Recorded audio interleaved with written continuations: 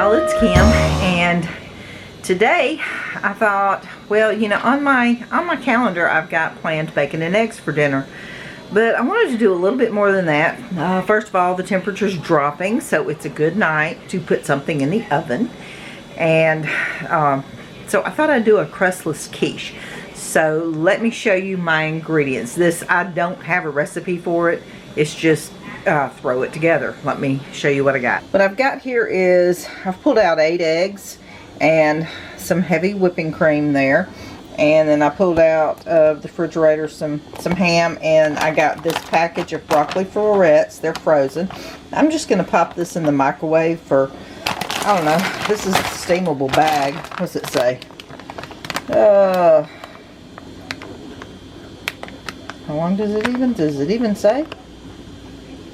Recommended cook time based on your whatever. Okay, I'm gonna put it in for about 2 or 3 minutes. I want these thawed. Okay, and I have a little bit of bacon left in this, and I'm gonna add this, and I've got a little bit of cheese left in this. So what I put in my crustless quiches just depends on what I've got laying around. So I need to use that up. It's going in, and this is going to expire soon. That's going in.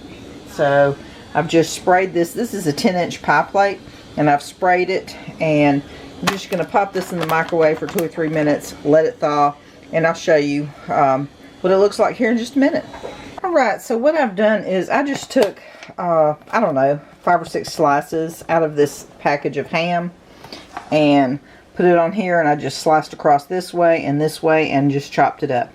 I did thaw all that package of broccoli in the microwave, and before I dumped it here in my pie plate, I made sure I drained any moisture off of the bottom and just dumped it and scattered it around. I put what little was left in this bacon in here, scattered that around. So now I'm just gonna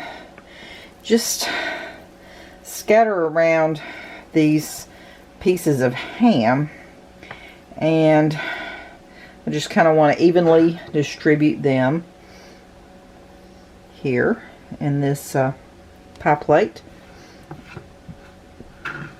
And when I get done with this, I'm gonna do the same thing with that cubed cheese right there.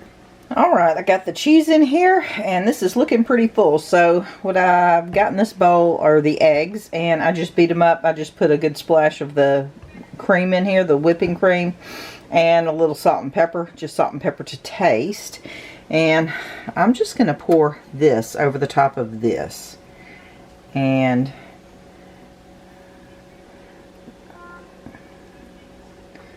I think I got just about the, yep, that's gonna be it.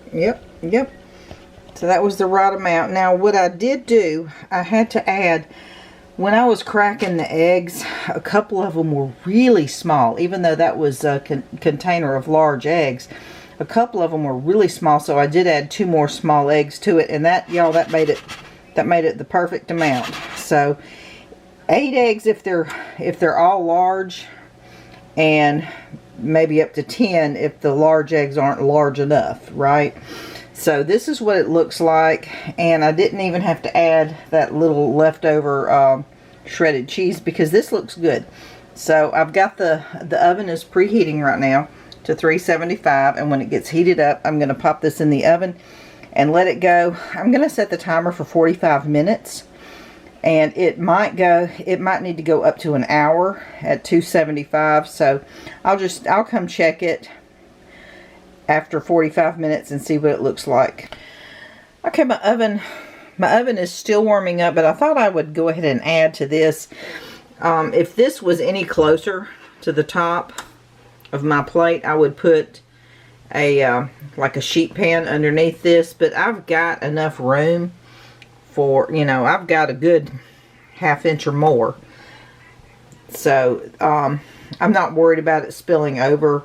And y'all, if it spills over, it spills over. My oven needs cleaning anyway, so it'll be okay.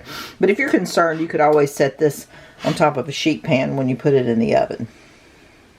Alright, I just pulled this out of the oven. It is very hot, and it needs to sit for about 5 minutes before I go cutting it and serving it up. But I'm going to let this cool, and I'll be back.